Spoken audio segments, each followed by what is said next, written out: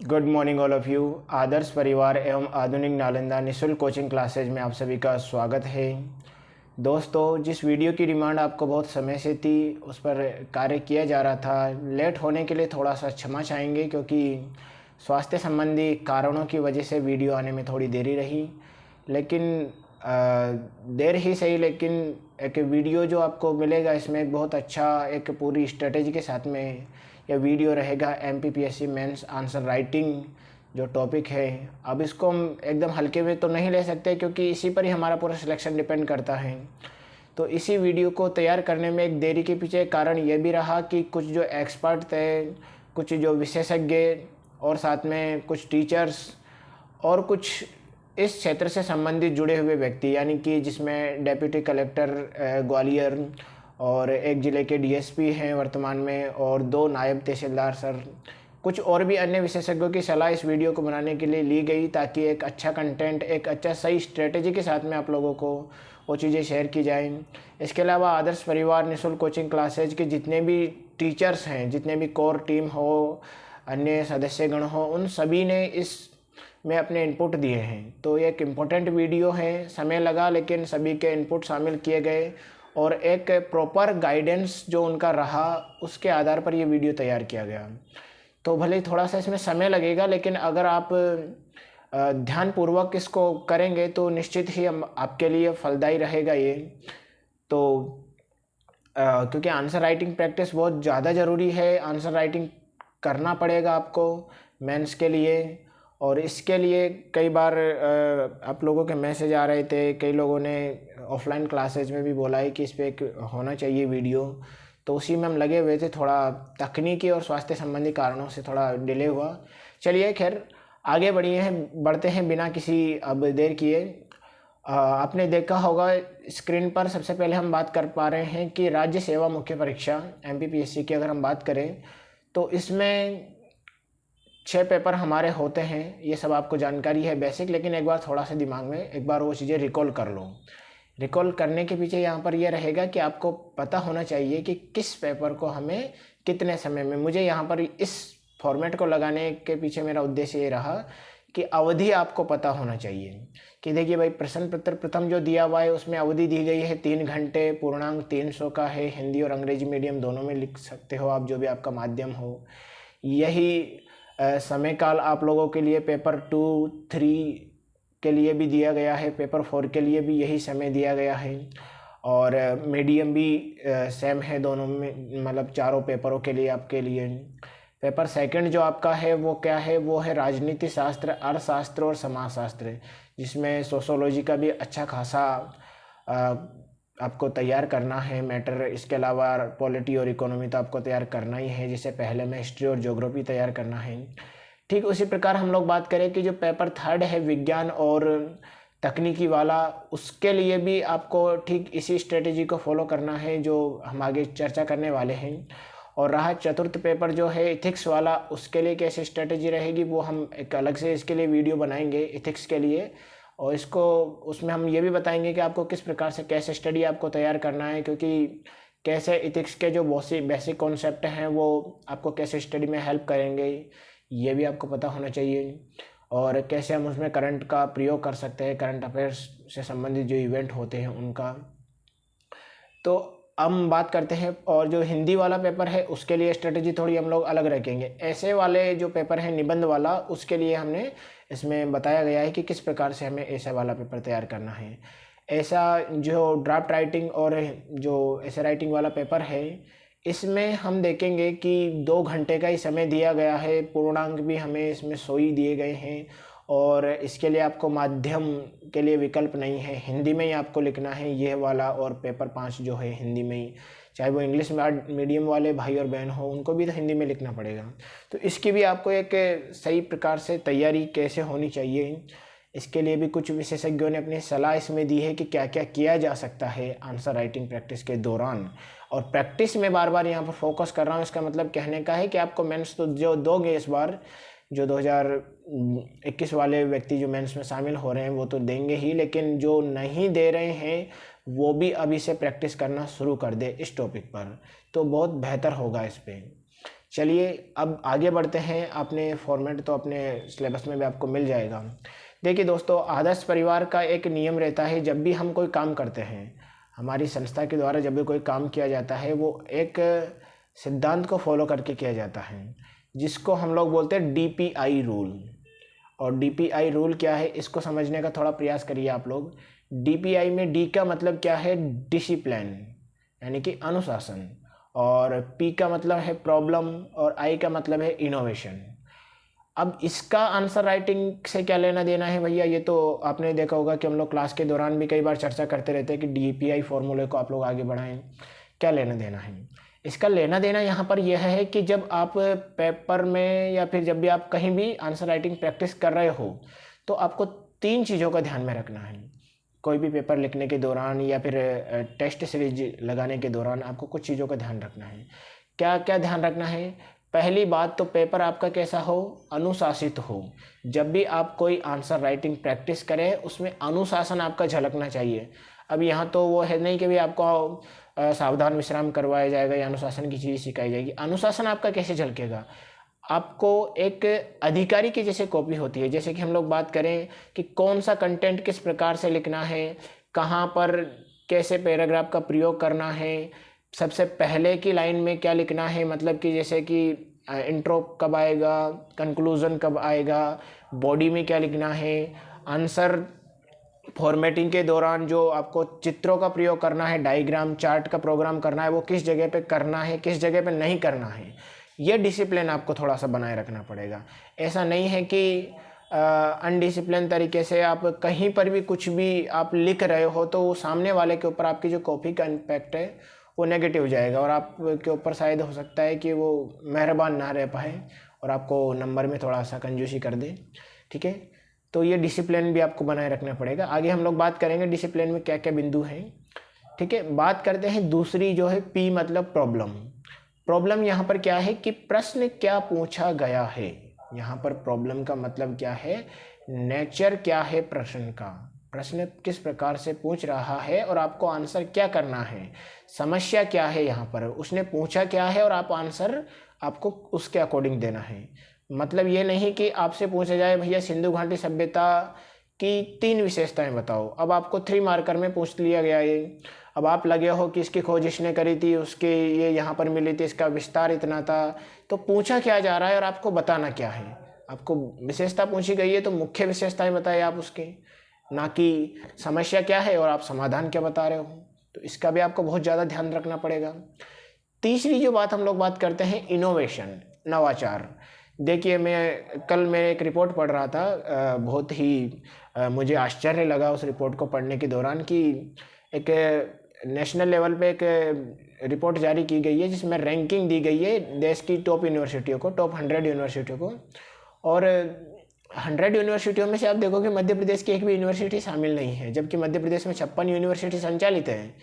आप 30 देखोगे private sector से है, 24 जो है वो गवर्नमेंट से, स्टेट गवर्नमेंट संचालित करती है, 2 सेंट्रल गवर्नमेंट संचालित करती है। उसके बावजूद एक भी यूनिवर्सिटी टॉप 100 में शामिल नहीं है। तो यहाँ पर हम क्या बोलेंगे, शिक्षा में इनोवेशन की बहुत ज़्यादा कमी है MP में।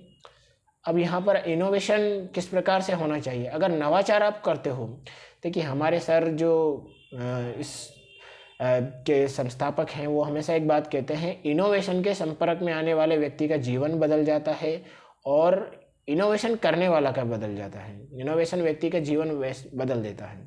तो इनोवेशन आपको क्या करना है पेपर के दौरान, देखिए पेपर सभी लिखेंगे, आंसर अधिकतर लोगों को एवरेज स्कोर मिलने वाले हैं, ये भी पता है जो भी बैठेंगे उनमें से।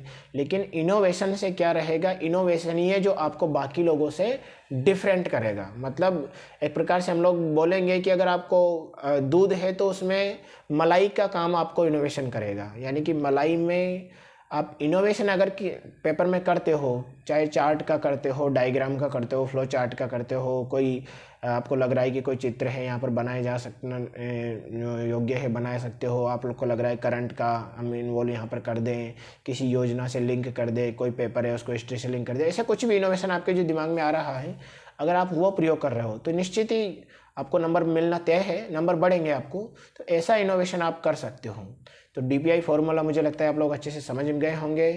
ठीक है, आगे बढ़ते हैं। इसको अपने पेपर के दौरान भी आप, मैं आशा करता हूँ कि आप इसको शामिल करेंगे। अब आप लोगों से मैं कुछ कस्में लेना चाहता हूँ, कुछ वादे, कुछ संकल्प, या फिर आप लोग बोले कि आप अपने आप से एक वादा करें, प्रॉमिस करें कि मैं जब इस जंग में कूद चुकी हूँ तो अब मुझे ये काम निरंतर करना है। और ये मैं नहीं कहता, ये वो विशेषज्ञ कहते हैं जो कि बड़े लंबे समय से इस चीज़ का जिनको अनुभव रहा है, वो कहते हैं कि इस चीज़ को आपको प्रैक्टिस करना पड़ेगा। मैं एक आपको PHC फॉर्मूला बता देता हूँ। PHC यानी क्या होता है, P से हो गया प्रैक्टिस, H से हैबिट, और C से क्या हो गया, कैरेक्टर। P यानी कि यहाँ पर क्या है, अगर आप किसी चीज़ को प्रैक्टिस में ले आते हो तो वो आपकी हैबिट बन जाती है, और अगर आप उस चीज़ की हैबिट बन जाती है तो हैबिट धीरे धीरे वो आपको कैरेक्टर में झलकने लग जाता है। तो निश्चित ही अगर आपका चरित्र अच्छा रहेगा, आपका कैरेक्टर में झलकेगी आपकी प्रैक्टिस, तो आप एक डिसिप्लिन अधिकारी होने के नाते आयोग को भी लगेगा, आंसर चेक करने वाले को भी लगेगा कि इस बंदे ने वाकई प्रैक्टिस करी है, क्योंकि प्रैक्टिस झलकती है भैया। इसीलिए इन चीज़ों की आपको रोज़ प्रैक्टिस करनी है। यहाँ संकल्प कहने का मतलब मेरा यह है कि आप इस चीज़ की रोज़ प्रैक्टिस करें। क्या प्रैक्टिस करना है, देखिए भैया, पहला क्या करना है आपको कि मैं रोज़ लिखूँगा या लिखूँगी। ये सबसे पहला काम आपका होना चाहिए कि मुझे रोज़ लिखना है। पहली कसम ले, भले कुछ भी लिखे। मैं तो कह रहा हूँ आपको अगर मज़ा आता है कि मुझे गाने सुनने का शौक़ है, आपकी हॉबी है गाने सुनना, तो उस हॉबी में भी आप लोग क्या कर सकते हो, उस हॉबी को भी अपने राइटिंग में प्रैक्टिस कर सकते हो। मैं आपको एक एग्जांपल बताता हूँ जीता जागता। जब श्योपुर क्लासेस में DSP रितु केब्रा मैम आई थी और एक सुमन गुजर मैम थी, वो दोनों ही आई थी। उन्होंने ये कहा था कि मैं क्या करती थी, मैं कविताएं लिखा करती थी, और एक बोल रही थी कि मैं गाने लिखा करती थी। मुझे गाने सुनने का शौक था, उस गाने को मैं स्पीड बढ़ा करके प्रैक्टिस किया करती थी गाने लिखने की। देखो, उन्होंने अपनी हॉबी को, अपनी आदत को उसने किस में कन्वर्ट कर लिया, उन्होंने अपने बेस्ट एफर्ट में शामिल कर लिया, और उसको उन्होंने आज देखिए वो दोनों ही DSP के पद पर हैं दोनों ही। ये बड़ी बात है आपके लिए, सोच सकते हो। तो मैं ये नहीं कहता कि आप गाने लिखना शुरू करो। मेरे कहने का मतलब ये है कि कोई भी चीज़ हो, टॉपिक से रिलेटेड हो, आपको लग रहा है, अपना पेन आपका निरंतर चलते रहना चाहिए। मिनिमम 4 से 5 घंटे आप रोज़ लिखिए, ये आपको करना है, ये आपको रोज़ करना है। बाकी आपके ऊपर है। आप बड़े बड़े टॉपर्स की आप वीडियो देखते होंगे, वो कहते हैं, कुछ लोगों ने तो ऐसा भी कहा है कि मैं 9 से 10 घंटे रोज़ लिखता था, ऐसा भी उन्होंने कहा है। बाकी आपकी अपनी कैपेसिटी के ऊपर है। दूसरी हम लोग बात करेंगे कि जब भी आप लिखो, स्पीड बढ़ाकर लिखो, इसको अपनी प्रैक्टिस में ले आओ।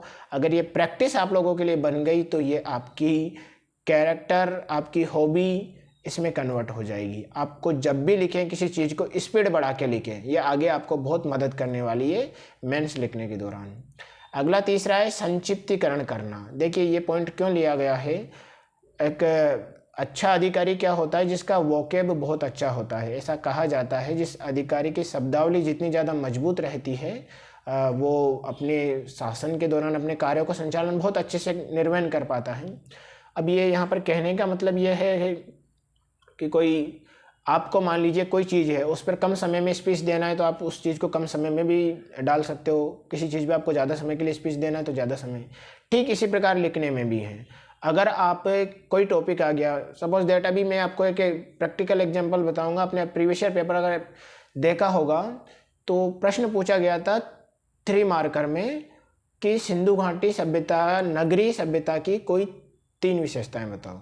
अब ये प्रश्न कैसा था, ये था दीर्घ उत्तरीय प्रश्न था, लेकिन अगर आपको संक्षिप्तीकरण आ गया तो आप उसके यूनिक पॉइंट लिख सकते हो। ऐसे कई सारे प्रश्न हैं, मैं आपको बताता हूँ। जो पेपर था, इसका पेपर 2 जो है, उसमें पूछा गया है शिक्षा की कोई 3 विशेषताएं लिखो। अब शिक्षा की 3 विशेषताएं, शिक्षा पर तो आप निबंध लिख सकते हो। अब आप उसको समराइज कैसे करोगे, 3 विशेषता क्या लिखोगे आप, तो सबसे यूनिक पॉइंट रहेंगे। तो संक्षिप्तीकरण करना भी आपको आना चाहिए किसी चीज़ के बारे में। किसी चीज़ को समराइज कर लो, समराइज को आप उसको डिटेल में लिख पाओ, ये गुण आप में होना चाहिए। और ये कैसे आएगा, ये गुण आपका आएगा जब आप अपनी शब्दावलियों को मजबूत करोगे, अपने शब्द भंडार को बढ़ाओगे। जितना ज़्यादा शब्द भंडार में आपके पास शब्द रहेंगे, उतना ही शॉर्ट आप करना सीख जाओगे। ठीक है। अगला है स्वयं मूल्यांकन करना। चौथा आपका संकल्प होना चाहिए कि मैं स्वयं मूल्यांकन करूंगा। मतलब कि अपने द्वारा जो भी मैंने लिखा गया है रोज़ उसको सेल्फ चेक करूँगा, रीचेकिंग करूँगा कि मैंने आज क्या सही लिखा, मैं कल क्या और बेस्ट कर सकता हूँ। ये आपको करना है। आपको अपने आप से बेहतर दुनिया में कोई नहीं जान सकता, ना आपका टीचर, ना आपका कोई सगा संबंधी, ना आपके माता पिता, ना कोई और, अपने आप से बेहतर। तो देखें कि आपके क्या स्ट्रेंथ है, आपके क्या वीकनेस है, इस पे थोड़ा सा फोकस बनाना। ठीक है, ये आप अपने आप को रोज़ चेक करना है। अब चेक क्या करना है कि जो आपने लिखा, मान लीजिए कि आपने आज कोई एडिटोरियल में से कोई सार में कोई आपने 5 पॉइंट निकाल लिए। अब आप देखेंगे कि उसमें मैंने क्या अच्छे पॉइंट निकाले, क्या मैंने सही से पूरे एडिटोरियल का निचोड़ निकाल लिया, अगली बार मैं क्या उसमें और अपना बेस्ट निकाल सकता हूँ।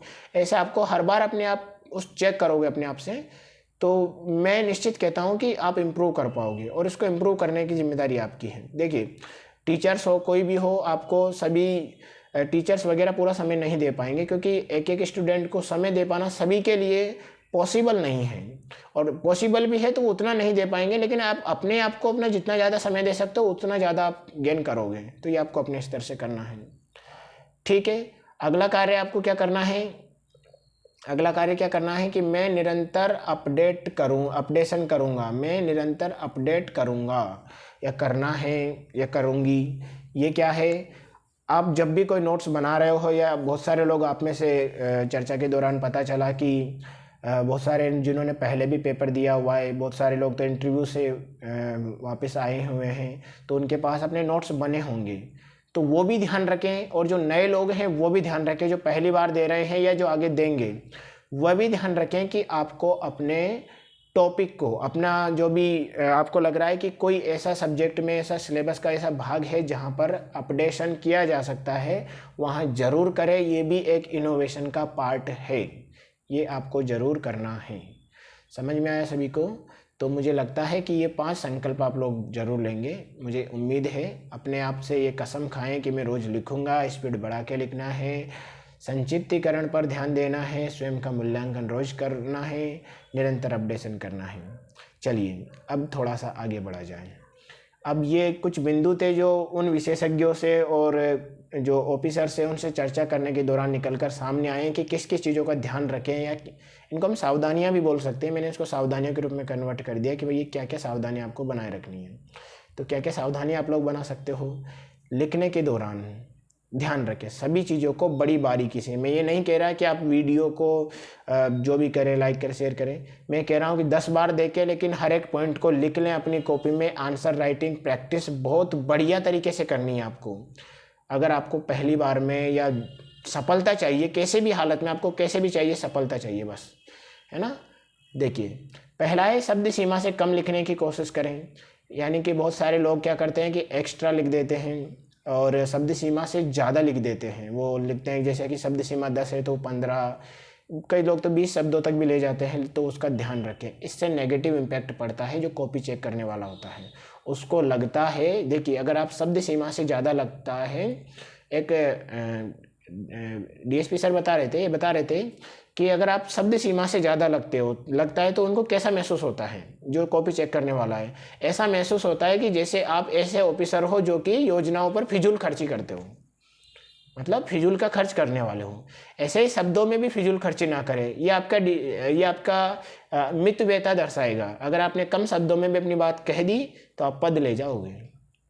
ठीक है, अब तो ज़्यादा नहीं लिखे, कोशिश करें कम लिखने का प्रयास करें। अगर 100 वर्ड्स में आपको लिखना है तो आप उसको 80-90 तक ले जा सकते हो, अच्छा है। 100 भी कर रहे हो ठीक है, लेकिन ज़्यादा नहीं लिखना है, इसका ध्यान रखना है। अगर 200 वर्ड्स में आपको लिखना है तो कोशिश करें 180-190 तक ही आपका जो आपको आंसर करना है वो कंप्लीट हो रहा हो। आप उसको दिखाइए ना कि आप इनोवेशन कर रहे हो, आप पॉइंट टू द पॉइंट बात कर रहे हो। नंबर दे देगा आपको, ज़्यादा शब्दों से नंबर नहीं देगा, आपको नंबर देगा कंटेंट से। कंटेंट पे फोकस करना है, ठीक है। अब दूसरा ध्यान क्या रखना है, हर सब्जेक्ट की आंसर फॉर्मेटिंग अलग अलग तरीके से करनी है। देखिए, मैंने इसमें पेपर फर्स्ट सेकंड थर्ड के बारे में जिक्र किया हुआ है, लेकिन थर्ड में भी जो पेपर है उसकी भी फॉर्मेटिंग अलग तरीके से होती है। प्रश्न की प्रकृति के अनुसार फॉर्मेटिंग करनी है। मैं कह दूं कि प्रश्न से मान लीजिए कि जो ज्योग्राफी का पेपर है उसकी फॉर्मेटिंग है वो हिस्ट्री के पेपर के समान होगी तो नहीं, वो थोड़ा डिफरेंट रहेगी। विज्ञान वाला बिल्कुल अलग तरीके से रहेगा। विज्ञान में सभी प्रश्नों में आप परिभाषा नहीं दे सकते, विज्ञान में अपनी तरफ से सुझाव नहीं दे सकते, क्योंकि आप इतने बड़े साइंटिस्ट नहीं हो, है ना। पूछा जाए तो ही आप ऐसे प्रश्न में सुझाव दें। तो सबकी फॉर्मेटिंग अलग अलग है ना। सबके लिए वन साइज ऑल फिट नहीं होना चाहिए, है ना। सभी के लिए अलग अलग आपको स्ट्रेटेजी अपनानी पड़ेगी, ये थोड़ा सा ध्यान रखना है, ठीक है। आप कहने लग जाओ कि भैया विज्ञान का पेपर है, प्रश्न पूछा उसने कि सोलर सेल के बारे में बताइए, आप उसमें सुझाव डाल रहे हो, उसने बोला कि प्रोकैरियोटिक सेल यूकैरियोटिक सेल में डिफरेंट क्या है, आप बता रहे हो कि हाँ मेरी तरफ से ये भी होना चाहिए, पॉसिबल है नहीं है, तो आप नहीं करना है, ठीक है। तो इसका ध्यान रखें। टाइम मैनेजमेंट पर विशेष ध्यान रखें, क्योंकि पेपर फर्स्ट सेकंड थर्ड इनमें बहुत ज़्यादा प्रश्न छूटने की संभावनाएं रहती हैं। बाद के जो पेपर रहते हैं उनमें भले थोड़ा कम रहता है, लेकिन शुरुआत के 3 पेपरों में संभावनाएं ज़्यादा रहती है, क्योंकि लिखने में ही बहुत ज़्यादा समय चला जाता है। तो कोशिश करें कि जो अनावश्यक शब्दों का प्रयोग आप एक्स्ट्रा में कर रहे हो उनकी जगह पे समय बचाकर आगे उसका प्रयोग करें। मतलब टाइम मैनेजमेंट पर बहुत ज़्यादा फोकस करना है। अनावश्यक शब्दों का प्रयोग ना करें, संक्षिप्तीकरण पर ध्यान दें। इसको मैं आगे बताऊंगा अभी कुछ एग्जाम्पल में। जैसे कि अनावश्यक शब्दों का मतलब क्या हो गया, जैसे मान लीजिए कि पूछा गया है आपसे कि लोथल कहाँ स्थित है, मान लोथल लिख दिया उन्होंने, आपको लिख दिया 3 नंबर में लोथल लिखना है। अब आप लिख रहे हो लोथल, तो आपको ये नहीं लिखना है कि लोथल गुजरात में भोगवा नदी के किनारे स्थित है। अब ये स्थित है उसको भी पता है कि लोथल कहाँ स्थित है, आपको बस लोकेशन आपने बता दी कि भोगवा गुजरात, समझ गया कि भैया ठीक है इसको पता है रही है, रहता था, पाया जाता था, मिलता था, ऐसा कहलाता है। ऐसे फालतू शब्दों का प्रयोग ना करें, कोशिश करें शॉर्ट लिखें, खासकर 3 मार्कर में तो ध्यान रखें, है ना। बाकी 5th मार्कर या 11th मार्कर में आप कर सकते हो, अच्छी बात है, वहाँ पर आप सेंटेंस बना के लिखिए, लेकिन 3 मार्कर में कोशिश करें, ठीक है। अनावश्यक शब्द अगर वहाँ पर भी आप प्रयोग कर रहे हो तो मत करें, समय भी बचेगा और शब्द भी बचेंगे। स्पष्ट लिखे, समझ में आने योग्य हो।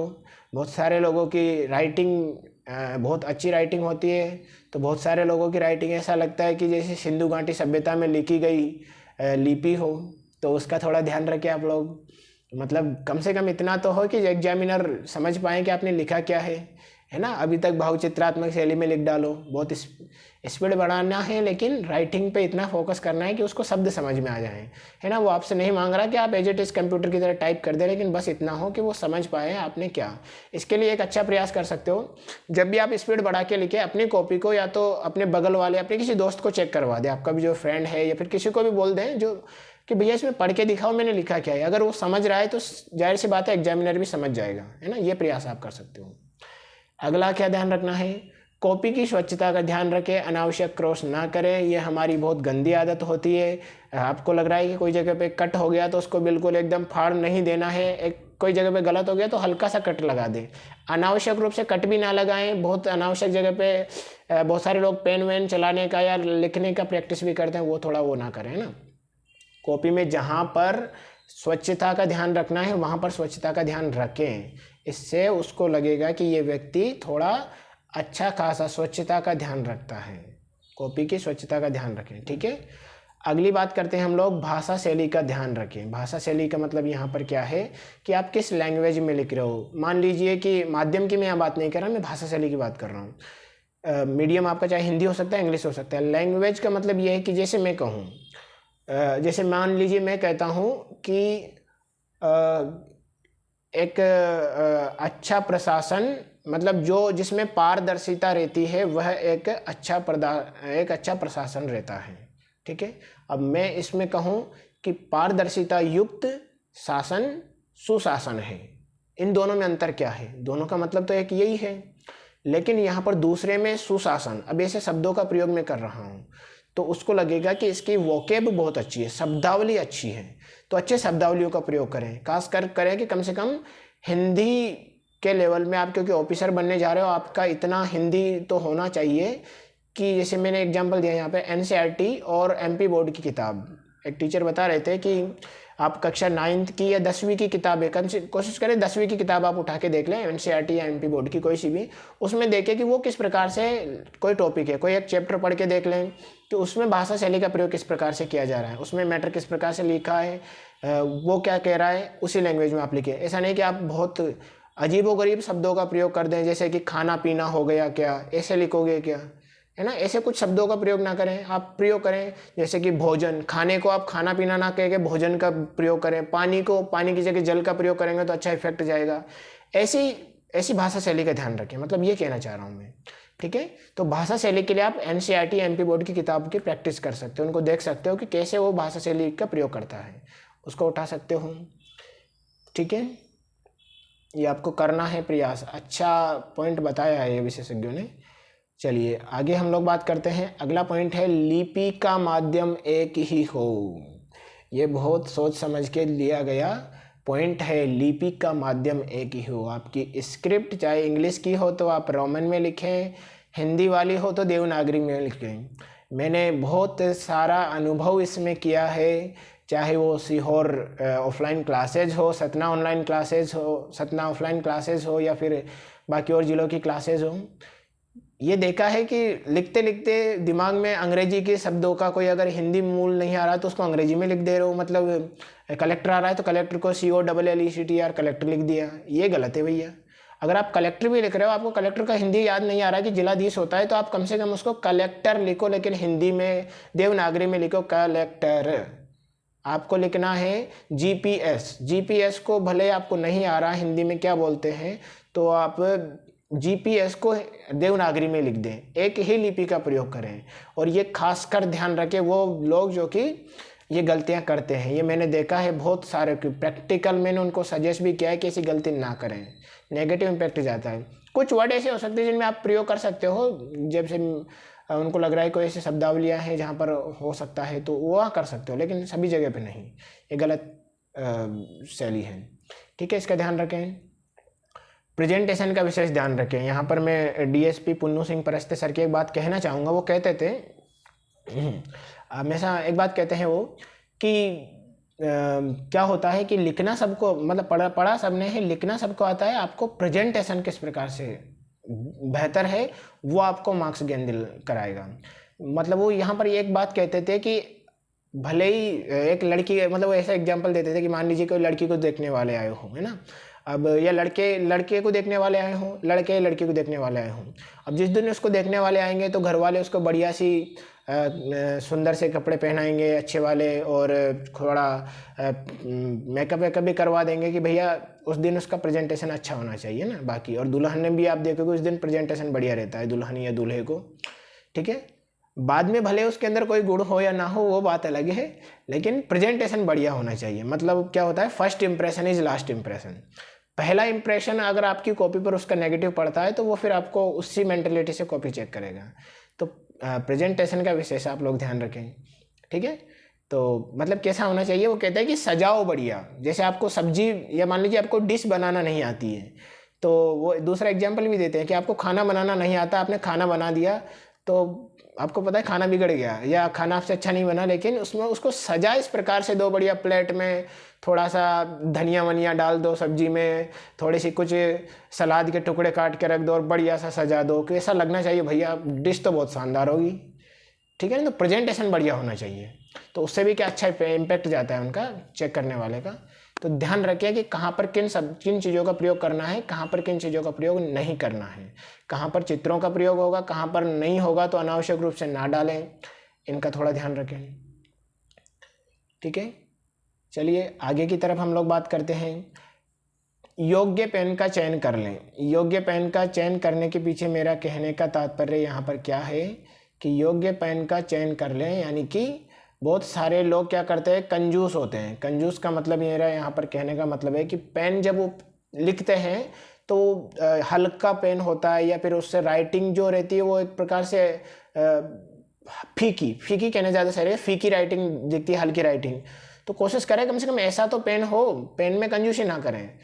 ये मैंने प्रीलिम्स के पेपर के दौरान जो काले गोले भरने के दौरान भी देखे, बहुत सारे लोग देखते हैं वो ऐसे काले गोले करते हैं हल्के रंग से, तो सामने वाले भी फिर आपको हल्के में लेगा, तो इसका ध्यान रखें थोड़ा सा। पेन का प्रयोग कम से कम ऐसा हो कि आपको लग रहा है कि ब्लैक पेन में, क्योंकि मेंस में आपको ब्लैक और ब्लू कोई से भी पेन में लिखने की छूट है, तो आप लिख सकते हो कि ब्लैक में आपको सही है तो ब्लैक ले लें, ब्लू है तो ब्लू ले लें। आपको लग रहा है कि मोटे छर्रे वाला पेन आपको सही फिट बैठता है, या बारीक छर्रे वाला, 2 रुपये वाला, 5 रुपये वाला, जैसा भी आपको लग रहा है, लेकिन थोड़ा गहरा भी हो, उसमें लिखावट उसकी थोड़ी गहरी हो, ताकि वो अच्छे से समझ में आए, हल्का ना लें, थोड़ा इसका ध्यान रखें। ठीक है। तथ्यों का प्रयोग कंठस्थ रहने पर ही उपयोग करें, नहीं तो मत करें। अगर आपने फैक्ट गलत डाल दिए तो वो फिर गलत लेगा, भले आपने नहीं डाले तो कोई बात नहीं, लेकिन अगर डाल रहे हो तो एज इट इज आपको याद होनी चाहिए। अगला ध्यान रखें, जो प्रश्न आ रहे हैं उन्हीं को लिखें।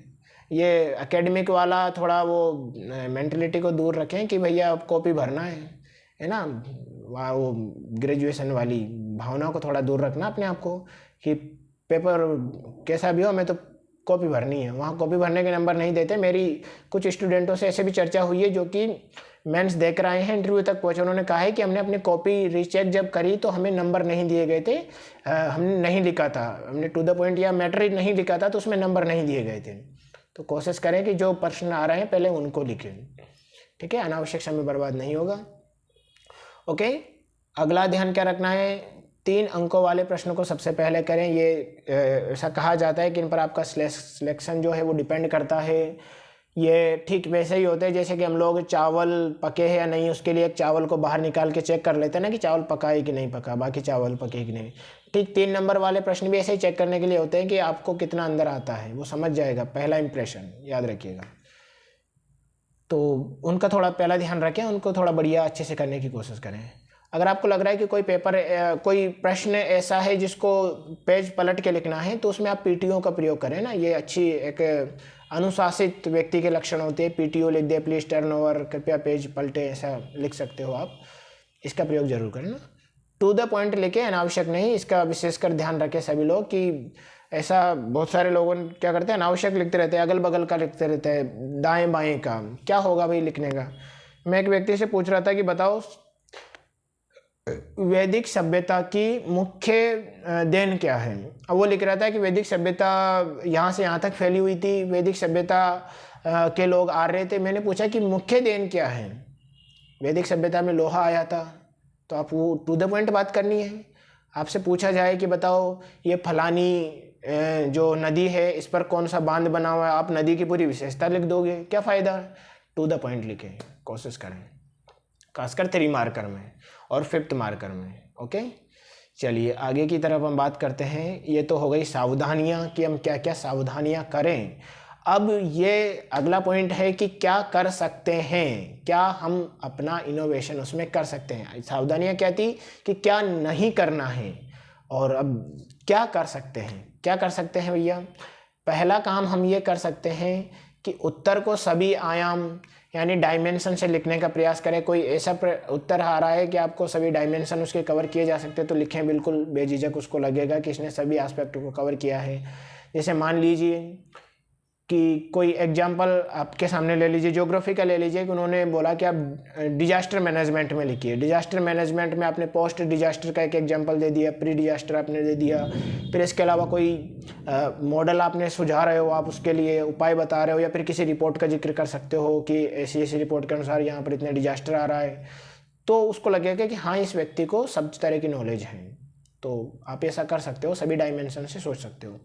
और एनालिटिकल जो क्वेश्चन होते हैं यानी कि विश्लेषण जिनमें करना रहता है, विश्लेषण वाले प्रश्नों में आप सभी आयाम को कवर करें उसके, यानी कि उसके हर पहलू को देखें। आयाम का मतलब जो इनको समझ में नहीं आ रहा होगा ना शब्द के आयाम होता क्या है, हर पहलू को देखें, उसके नेगेटिव उसके पॉजिटिव, उससे क्या फ़ायदा है नुकसान है, वो सारी चीज़ें आपको देखना है। ठीक है, अगला क्या किया जा सकता है, अगला ध्यान रखें कि चार्ट ग्राफ का प्रयोग किया जा सकता है 5th या 11th मार्कर प्रश्नों में। जरूरी नहीं है कि सब में किया जा सकता है, लेकिन कुछ प्रश्न ऐसे जिनमें आप कर सकते हो चार्ट का प्रयोग, ग्राफ का प्रयोग या फिर चित्र का प्रयोग, तो आप बिल्कुल बेझिझक होकर वहाँ पर करें, अच्छा रहेगा। उसको लगेगा कि इनोवेशन है, ये हमारे DPI फॉर्मूले का आई वाला कॉन्सेप्ट है, तो आप उसका प्रयोग करें। अगर संभव हो तो वर्तमान घटना करंट अफेयर से लिंक कर सकते हैं, लेकिन ऐसा नहीं है कि आप साइंस में पूछा है उन्होंने कि बताओ शुष्क शेल की कार्यविधि लिखो, या फिर बोल दिया कि न्यूटन का गुरुत्वाकर्षण नियम लिखो, और वर्तमान में न्यूटन का गुरुत्वाकर्षण नियम कहीं करंट से रिलेटेड ही नहीं और आप दिए जा रहे हो एग्जाम्पल। तो प्रश्न की प्रकृति के अनुसार अगर आपको लग रहा है कि यहाँ पर मैं किसी करंट अफेयर्स के कहीं किसी जगह का जिक्र कर सकता हूँ तो ज़रूर करें। उससे क्या लगेगा कि ये बंदा करंट से अपडेटेड है, ये बंदी करंट से अपडेटेड है और इसको नंबर देने चाहिए। ओके, इसका भी ध्यान रखें। नेक्स्ट हम बात करते हैं, अगर संभव हो तो उत्तर को वर्तमान घटना से, चलो ये हो गया। जिन प्रश्नों में अगर पूछा जाए कि उपाय बताइए, सुझाव दीजिए, अपने विचार व्यक्त कीजिए, तो ज़रूर दें, अच्छा लगेगा उसको, है ना। अगर आपको लग रहा है कि दिया जा सकता है, मांगा नहीं है, अगर दिया जा सकता है तो दें, अनावश्यक ना दें। जैसे कि साइंस जैसे प्रश्न में पूछा गया है तो ही लिखें, है ना। अगर पूछा गया है कि डिजास्टर वाले टॉपिक है तो उसमें आप लिख सकते हो, आप पॉलिटी वाले टॉपिक में उपाय बता सकते हो, कोई योजना है उसमें सुझाव देना है, दीर्घ उत्तरीय तो दे सकते हो। कंक्लूजन में आप कहीं पर कोई कंक्लूजन लिख रहे हो तो वहाँ पर आप इसका प्रयोग कर सकते हो, लेकिन सभी में नहीं, प्रश्न की प्रकृति के अनुसार, उसका नेचर देखें। नेक्स्ट, विज्ञान आधारित प्रश्नों का जवाब उसकी प्रकृति पर दिया, ये मैं भी बात कर चुका हूँ भैया, विज्ञान के साथ में रिस्क नहीं लेना है। विज्ञान की फॉर्मेटिंग बाकी लोगों से, बाकी प्रश्नों से अलग होती है। विज्ञान में जो पूछा जा रहा है उसी पर फोकस करें, उसी के अनुसार लिखें। अपनी तरफ से अपना आइंस्टाइन वाला दिमाग का प्रयोग कर सकते हो, लेकिन क्या करना है कि वो उससे हट कर ना हो, टॉपिक से हट कर ना हो, ठीक है। जरूरी नहीं है कि सब में इंट्रो आपको देखना है, विज्ञान वाले प्रश्नों में इंट्रो की आवश्यकता नहीं रहती। अगर पूछा रहा है तो टू द पॉइंट आप बात करें, कंक्लूजन सभी में नहीं लिखना है, अगर पूछा रहा है तो ही आप लिखें। ओके, अगली बात करते हैं, निबंध और केस स्टडी में इथिक्स के कॉन्सेप्ट और करंट अफेयर्स का प्रयोग किया जा सकता है। ये मैं आपको प्रैक्टिकल भी बताऊंगा जब भी हमारी कोई नेक्स्ट वीडियो रहेगी, या फिर जब भी आपको क्लासेज में ऑफलाइन पढ़ाया जाएगा तो आपको बिल्कुल बताएंगे हम कि कैसे निबंध में और केस स्टडी में इथिक्स के कॉन्सेप्ट और करंट अफेयर्स को आप जोड़ सकते हो। बहुत अच्छे, आप चाहो तो टॉपर्स की कॉपियाँ भी देख सकते हो, मैंने कुछ टॉपर्स की कॉपियाँ देखी थी, यूपीएससी वालों की भी आप देख सकते हो कि उन्होंने निबंधों में अच्छे प्रयोग किए थे, इनोवेशन किए थे, और आगे हम लोग चर्चा करेंगे कि क्या क्या इनोवेशन उन्होंने किए। ठीक है, अब बात करते हैं जो हमारे टॉपिक का या हमारी इस चर्चा का बहुत महत्वपूर्ण पड़ाव है, वह है टाइम मैनेजमेंट, समय प्रबंधन। इसको आपको बहुत बेहतरीन तरीके से ध्यान में रखना है। कैसे? टाइम मैनेजमेंट बहुत ज़्यादा ज़रूरी है। अगर आपने थोड़ा सा भी टाइम बर्बाद किया किसी अगले प्रश्न में तो पिछला प्रश्न आपको छूटेगा, और पिछला प्रश्न छूटने के कारण आपके अंदर एक मेंटली प्रेशर क्रिएट होगा, और मेंटली प्रेशर आपको शायद अपना बेस्ट इनपुट देने में असमर्थ कर दें। मैं क्या कह रहा हूँ, समझने की कोशिश कर रहे हो? तो आप उस मेंटली प्रेशर से कैसे निजात पा सकते हो, इसके लिए मैं यही कह रहा था पहले शुरुआत के दौरान कि जब भी लिखें स्पीड बढ़ा के लिखें और ध्यान रखें कि कैसे क्या लिखना है। जैसे मैं यहाँ पर कुछ लोगों से चर्चा करने के दौरान कि क्या क्या हो सकता है, जैसे 3 मार्कर को आप कितना समय दे सकते हैं, ये समझने से पहले एक बार ध्यान रखें कि ज़रूरी नहीं है कि हमने या जो विशेषज्ञों के द्वारा जो यहाँ पर सुझाया गया है कि 1 मिनट में आपको लिखना है तो आप 1 मिनट में लिखें, नहीं। अगर आप आधे मिनट में भी लिख रहे हो तो ये आपकी स्पीड के ऊपर है, लेकिन मैक्सिमम यहाँ पर आप ले सकते हो कि मैक्सिमम इतना आप प्रयोग करें, है ना, मैक्सिमम प्रयोग कर लो। ठीक है, तो क्या करना है, जैसे भाई 3 मार्कर वाले प्रश्न हैं, 3 मार्कर वाले क्वेश्चन को आप कैसे कर सकते हो, मैक्सिमम आपको उसको टाइम देना है क्या, 1 मिनट। 1 मिनट में अगर आप कर पा रहे हो तो अच्छी बात है, ताकि आपको आगे के प्रश्न छूटेंगे नहीं। 15 प्रश्न आते हैं तो 15 मिनट में आप आराम से उनको कर लें, 16 मिनट ले लें, ज़्यादा से ज़्यादा क्या होगा। कोशिश करें कि 20 मिनट से पहले उन सभी प्रश्नों के हल हो जाएं। कोई नहीं आ रहा है 3 मार्कर तो उसको फालतू में लिखने की कोशिश ना करें, छोड़ दें, आगे बढ़ें, है ना। शुरुआत में नेगेटिव इम्पैक्ट नहीं जाना चाहिए। तो इसको ये भी ध्यान में रखना है कितना समय में लिखना है, और 10 शब्द 1 पंक्ति आप 1 मिनट में लिख पा रहे हो या नहीं पा रहे हो, इसकी प्रैक्टिस करना शुरू कर दीजिए। 1 मिनट में आप इन शब्दों का प्रयोग कर रहे हो या नहीं, मैक्सिमम है ये, मिनिमम आपके ऊपर है। ठीक है, ये यहाँ पर गलत टाइप हो गया है, 3 अंक यानी कि 5 मार्कर वाले, यहाँ पर 5 अंक वाले लिख लीजिए भैया, ये गलत टाइप हो गया है, 5 अंकों वाले। तो 5 अंकों वाले प्रश्नों को आप 3 मिनट में लिखने का प्रयास करें, और इसके लिए समय सीमा 50 शब्द या 5 से 6 पंक्तियाँ दी गई है। ऐसे ही 11 नंबर वाले हैं, 11 अंक वाले हैं, उनको आप 5 से 6 मिनट का समय दें। और 200 शब्दों में 2 पेज में आपको लिखना है। ये समय का प्रयोग आप कर सकते हो। कुछ विशेषज्ञों ने या जो एक वो भी थे जिन्होंने दिया हुआ है, डेप्यूटी कलेक्टर हैं, उन्होंने बोला है कि आप ये कर सकते हो, इतना समय आप दे सकते हो, बाकी आपकी क्षमता के ऊपर है, छूटने नहीं चाहिए, इनका आप प्रयोग कर सकते हो। तो 5 नंबर वालों को आप 3 मिनट का समय दें और जो 11 मार्कर है, 11 अंक वाले हैं, उनको आप 5 से 6 मिनट का समय दे सकते हो। ठीक है, आगे बढ़ते हैं। देखिए अब यहाँ पर मैं क्यों कह रहा हूँ, अब पेपर फर्स्ट, सेकंड और थर्ड के बारे में हम थोड़ी सी चर्चा कर लेते हैं। ये भी चर्चा करना बहुत ज़्यादा ज़रूरी है ताकि आपको समझ में आए कि भैया बात क्या चल रही है यहाँ पर। देखिए आप देखोगे कि दोनों ही पेपर जो होते हैं, चाहे फर्स्ट सेकंड थर्ड हो, यहाँ पर तीसरे पेपर की मैं बात कर रहा हूँ, फर्स्ट सेकंड थर्ड, साइंस वाले की भी। साइंस में खंड नहीं दिया गया है, खंड ए और खंड ब, बाकी उसमें 10 यूनिट एज इट इज़ दी गई है। बाकी उसकी भी फॉर्मेटिंग इसके समान ही है, मतलब कि उसमें भी 1 यूनिट से आपको कितने अति लघुत्तरीय, कितने दीर्घोत्तरीय, कितने लघुत्तरीय प्रश्न पूछे जाने हैं, उसकी भी फॉर्मेटिंग ऐसी ही है। तो थोड़ा ध्यान रखें, है ना। तो तीनों को यहाँ पर शामिल किया गया है। आप देखोगे 150 अंकों का लेना देना रहता है। प्रत्येक इकाई में 5, प्रत्येक खंड में 5 यूनिट रहती है, और उन 5 यूनिट में भी क्या रहता है, एक तो रहता है दीर्घोत्तरीय प्रश्न, 2 रहते हैं लघुत्तरीय प्रश्न, 3 रहते हैं अति लघुत्तरीय प्रश्न। तो मतलब यहाँ पर 1 यूनिट से आपका हो गया 6 प्रश्नों का मामला है। एक दीर्घोत्तरीय हो गया, तो 5 यूनिट से 5 तो दीर्घोत्तरीय आपके हो गए, और 10 लघुत्तरीय हो गए, और 5 × 15 यानी कि 15 आपके अति लघुत्तरीय। तो एक खंड से आपको 15 तो अति लघुत्तरीय प्रश्न लिखने हैं भाई, एक खंड से आपको 10 लघुत्तरीय प्रश्न लिखने हैं और 5 दीर्घोत्तरीय प्रश्न लिखने हैं। ध्यान रखना है। अब यही आपको सेकंड वाले खंड में भी ध्यान रखना है, दूसरे के लिए भी यही 5, 10, 15 वाला फॉर्मेट रहेगा। तो इसको आपको अच्छे से हैंडल करना आना चाहिए ताकि आप इसको छोड़ नहीं पाओ। पहले को चक्कर में आप दूसरा वाला पोर्शन छोड़ रहे हो तो भी नुकसान आपका ही है। तो कोशिश करें कि उतना समय आप इसको दें जितना समय आप पिछले वाले को दे पाए हो। तो दोनों खंडों का विशेष ध्यान रखें, क्योंकि दोनों में ही 150 अंकों का मामला होता है। प्रत्येक यूनिट से आपको 30 अंक आने होते हैं। ये आप कोशिश करें कि सभी यूनिट को अच्छे से कवर करें। लेकिन फिर भी जिनको लगता है ना कि मेरा ये यूनिट बहुत ज़्यादा कमज़ोर है, तो देखो मैं ये नहीं कह रहा कि आप यूनिट छोड़ दें, कोशिश करें कि पूरा प्रयास करें। लेकिन लग रहा है कि कोई यूनिट मेरा कमज़ोर है बहुत, बिल्कुल मुझसे नहीं होगा, टाइम बहुत ज़्यादा दूंगी या दूंगा तो बाकी का पोर्शन छूट जाएगा, तो 1 यूनिट आप छोड़ भी सकते हो। छोड़ने का मतलब मैं यहाँ पे नहीं कह रहा, बाकी पोर्शन को आप बहुत शानदार तरीके से करें, क्योंकि 30 नंबर आप छोड़ रहे हो तो 30 नंबर में तो गेम हो जाएगा। मैं तो कहता हूँ छोड़ो ही मत, आप तो कोशिश करें कि पूरा कवर करें। ठीक है, लेकिन बहुत सारे लोगों को लगता है ना मेरा ये मैथ कमज़ोर है, मेरा साइंस का ये वाला पोर्शन बहुत ज़्यादा कमज़ोर है, केमिस्ट्री कमज़ोर है, तो वो रोने वाले लोग ज़रूर ध्यान रख सकते हैं। बाकी ध्यान रखें 30 नंबर का मामला होता है 1 यूनिट से। चलिए, छोड़ना नहीं है भैया, कोई ऐसा ना कहे कि सर ने बोला है। आगे बढ़ते हैं। अतः 300 अंकों का मामला है, ये शब्द सीमा है, इस पर हम लोग चर्चा कर चुके हैं कि किस प्रकार से आपकी है। 11 मार्कर के लिए आपको 200 शब्द, 50 शब्द 5 अंक वालों के लिए ये है।